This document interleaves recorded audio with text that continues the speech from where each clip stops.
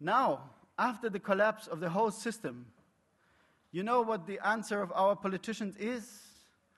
Look at the G20 communique in London.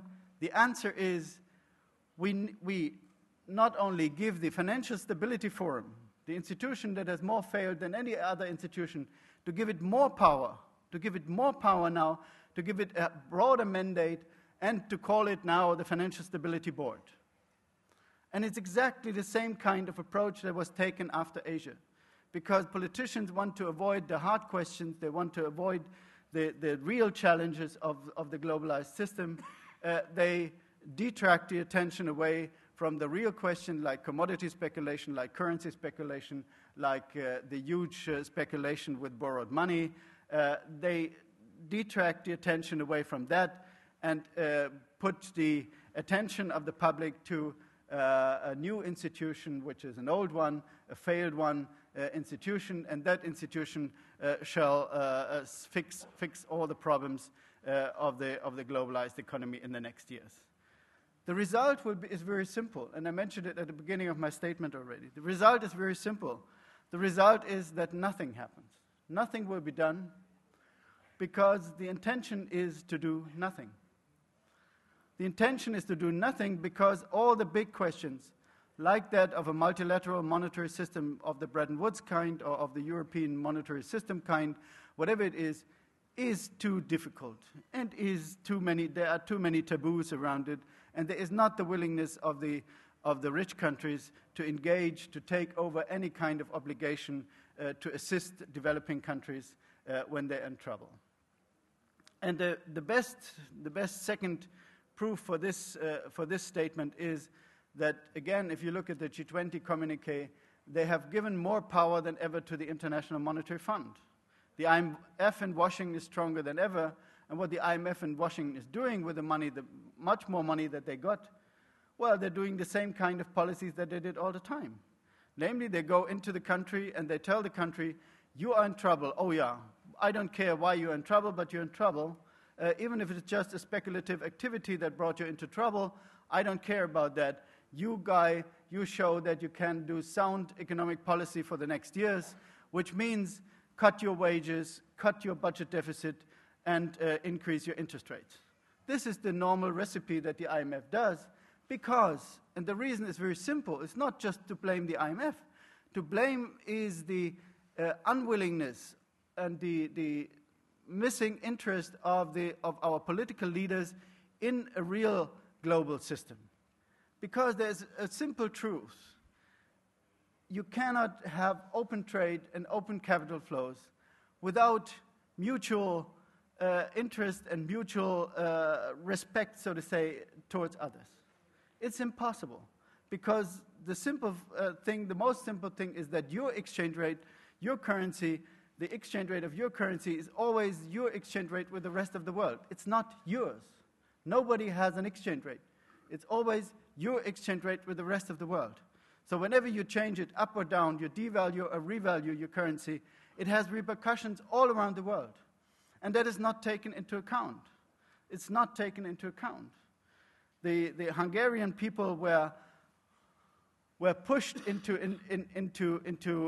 issuing or asking for mortgages in Switzerland. Imagine, 80 to 90% of all mortgages in Hungary were issued in Swiss franc. So in a money that the people do not earn there. And at the same time, the international speculation went into Hungary, producing an overvaluation, a revaluation of the currency, which in the end had to lead to a collapse of the international competitiveness of this country.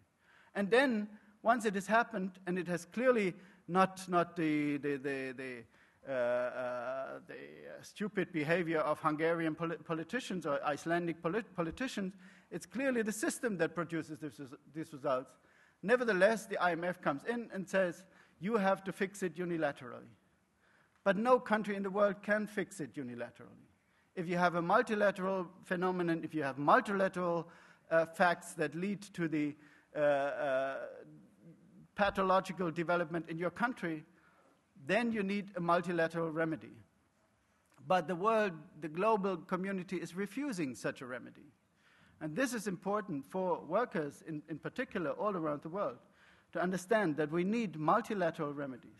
And they have to push their politicians to go into international discussions for such multilateral remedies. Because at the national level, you cannot do anything.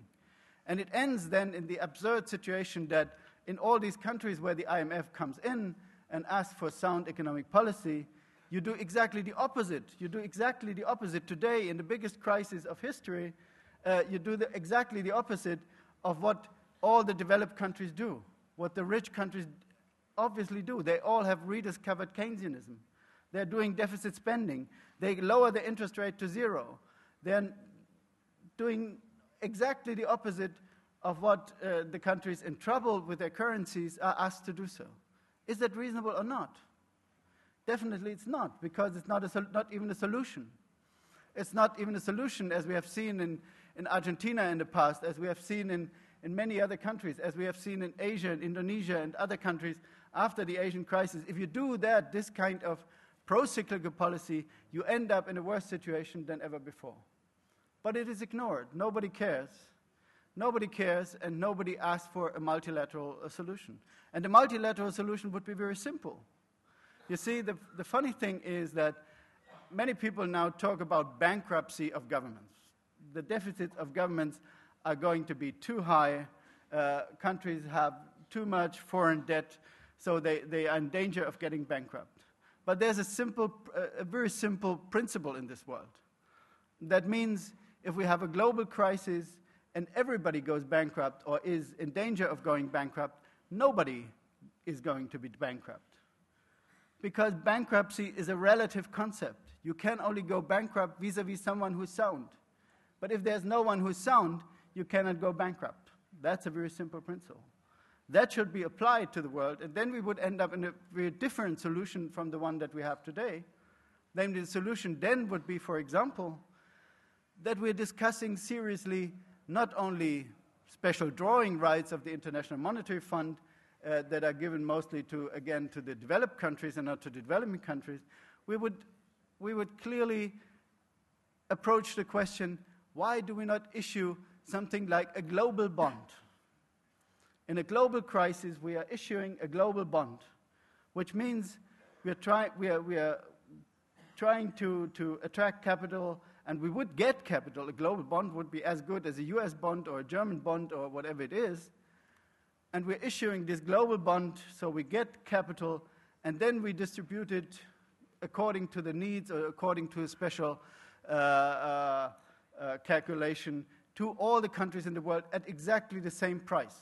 And we would avoid what we have now, namely that we have very high spreads, as I've shown, in the developing countries, and they are punished for something that they have not done. Namely, they have not produced the crisis, but they're punished for this crisis. But it's not even considered at the global level. Nobody is thinking about such an approach. But it's the only logical approach to a global crisis is that the world community finds together and issues a global bond and gives, so to say, the capital to all countries in need, all countries that need to go for counter-cyclical policies, and avoid that they do exactly the wrong thing, namely to be forced to be pro-cyclical and to increase unemployment dramatically.